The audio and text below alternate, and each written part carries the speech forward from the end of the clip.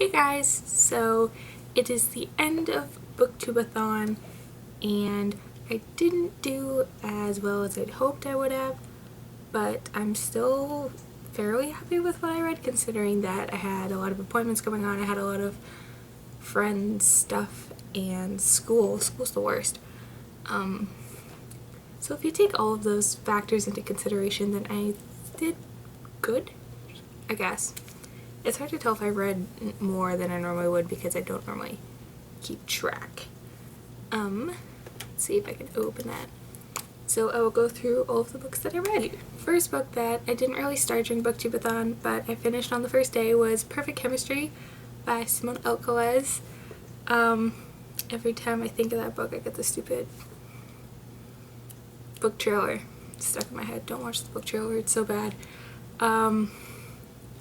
Which was why, because of the book trailer, I didn't even want to read it. But it was a good book, so I finished the last 100 pages during Booktube-a-Thon, and I think I gave it 4 stars. It's a wrap-up, so I guess I might as well tell you what I gave each book if I can remember. And then, for my audiobook, I listened to The Magician's Nephew, which is one of the Chronicles of Narnia stories by C.S. Lewis, and the one I read was about this thick. I think it was only about 100 pages, but it's teeny tiny font. And it was like a 5-hour audiobook for 100 pages. So it was really slow to go through.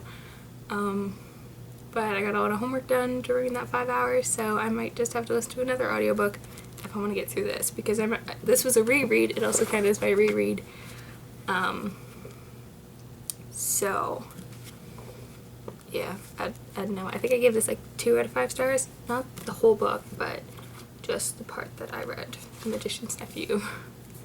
So it's so confusing when you have a bind-up of a book. And then I did another reread, which was Macbeth by William Shakespeare. I love this play. I read it when I was in grade 11, so like 2 years ago. And I enjoyed it then.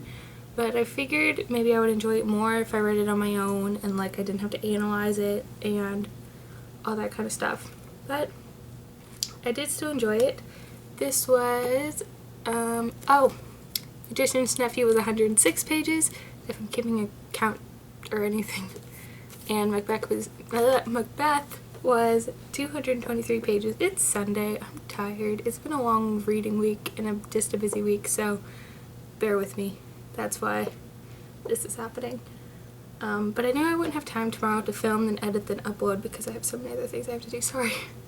Distracted. Focused. Okay.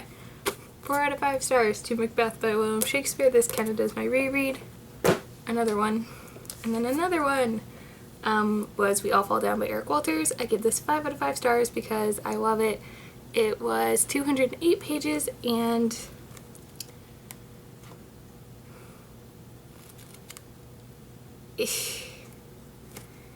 I don't know how to explain it without giving anything away. Whenever I read this book, I cry. Not just because of what happens with the main character, but because the story is based on 9/11. As you can see on the back, it says today, September 10th, 2001, and then it says blah blah blah, tomorrow Will be going to visit his dad. His dad works in the World Trade Center, so for Take Your Kid to Work Day, he goes to the World Trade Center on 9/11. So it's just kind of, it's interesting because, you know, like, I'm pretty sure that Eric Walters was there. I don't know. I don't think this is based from his, but you know that many people were experiencing exactly what he was writing about, and I guess that's where it kind of hit me a little bit, which made me like really sad.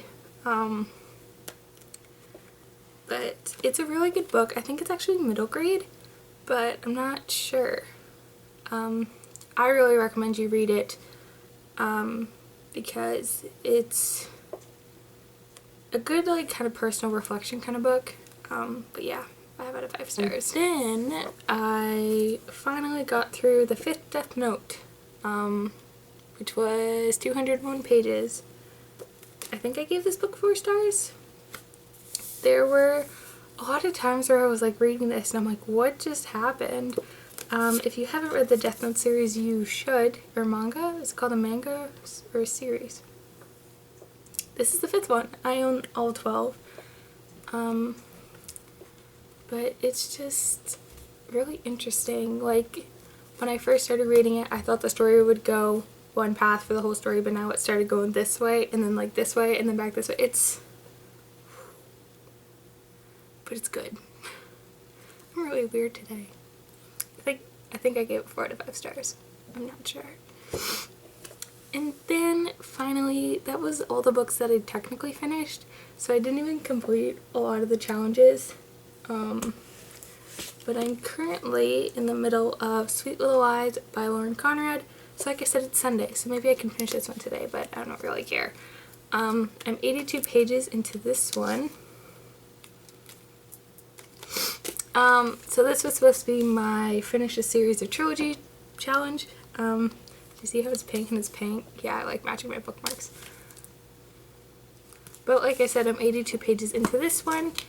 It's slower than I remember it to be and not as good as I remember it to be. But considering I read it in like November, I think, of last year, I should be surprised.